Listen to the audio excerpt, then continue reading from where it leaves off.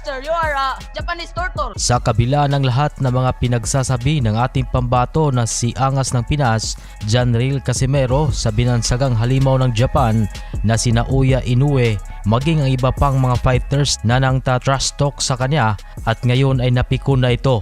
Kasi nga noon pa man ay nakilala ang current undisputed super bantamweight world champion Naoya Inoue na isang marespeto at hindi nang trash talk sa mga makakalaban nito. Subalit ngayon ay talagang napuno at napiko na ito dahil sa patuloy na mga pangungutya at pangta-trash talk sa kanya ni former 3 Division World Champion Angas ng Pinas Janril Casimero. Kasi nga maaalala na noong taong 2022 bago sumabak sa sagupaan si Casimero sa undefeated world title challenger na si Duke Maika ay sinabi ni Casimero na tunghayan daw ng lahat ang kanyang magiging laban dahil ang kanyang gagawin daw nito kay Maika ay katulad din ang mangyayari at sasapitin kay Inoue kapag oras na magtagpo na silang dalawa sa ibabaw ng lona. At dahil sa sinabing yan ni Casimero ay talagang nag-abang na mismo si Inoue at pinanood ang laban ni Casimero at nagtagumpay naman na tinalo ni Cuadro Alas via third round technical knockout si Maika.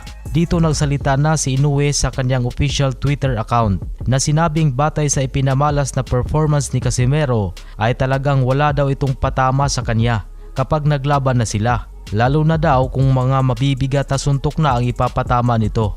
At isa pa dyan ay noong nag-commentator naman si Inoue sa malaking laban ni Casimero kontra sa Cuban boxing legend na si Guillermo Rigondeaux na 3 taon na ang nakalipas ay talagang napikon dito ang tinaguriang halimaw ng Japan. Kasi nga nabatid na matapos nga pong talunin ni Casimero si Rigondeaux sa pamamagitan ng split decision ay masama ang ipinakita ni Casimero dito kay Inoue dahil tinawag niya itong pagong sabay nag-dirty finger pa ito si Casimero na nakadirekta papunta kay Inoue. Wala daw talagang respeto si Casimero ayon kay Inoue.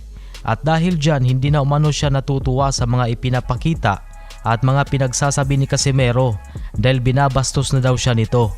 Sa mga oras na yan dahil sa labis na ang pagkapiko ni Inoue ay sinabi niya na kakausapin niya daw ang kanyang promoter upang gawin na ang laban nila ni Casimero upang kanya nang mapapatikim ang gigil niya dito.